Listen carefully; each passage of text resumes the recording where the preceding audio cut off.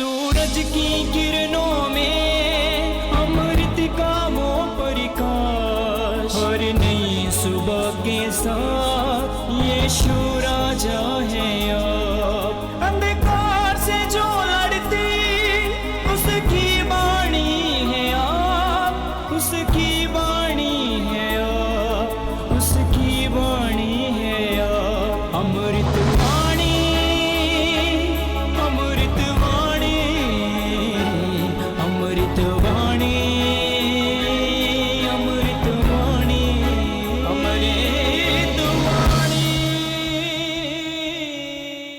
पहला पाठ सामुएल का पहला ग्रंथ अध्याय 18 पद संख्या 6 से 9 तक। जब दाऊद फिलिस्ती को मारने के बाद लौटा तो स्त्रियां इस्राएल के सब नगरों से निकलकर नाचते गाते, डफली और झांझ बजाते और जयकार करते हुए राजा साउल की अगवानी करने गई। वे नाचते हुए यह गा रही थी, साउल ने सहस्रों को मारा और दाऊद ने लाखों को। साउल यह सुनकर बुरा मान गया और बहुत अधिक क्रोध हुआ। उसने अपने से कहा, उन्होंने दाऊद को लाखों दिया और मुझे केवल सहस्रों को। अब राज्य के सिवा उसे किस बात की कमी है?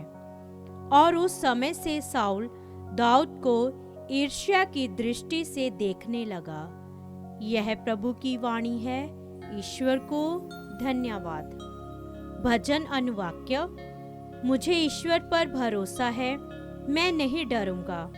मुझे ईश्वर पर भरोसा है, मैं नहीं डरूंगा।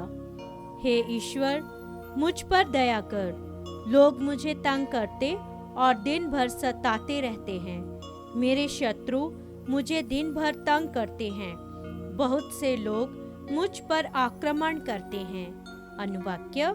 मुझे ईश्वर पर भरोसा है, मैं नहीं डरूंगा।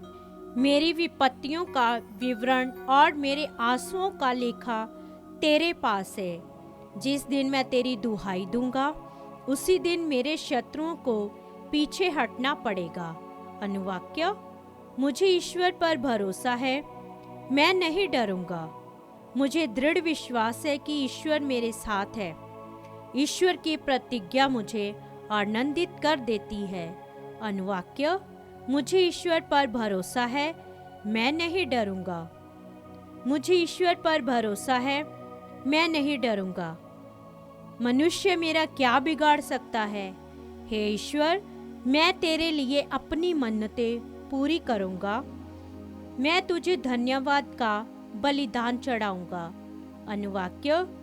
मुझे ईश्वर पर भरोसा है, मैं नहीं डरूंगा। जय घोष। हमारे मुक्तिदाता यीशु मसीह ने मृत्यु का विनाश किया और अपने सुसमाचार द्वारा अमर जीवन को आलोकित किया। हालेलुया।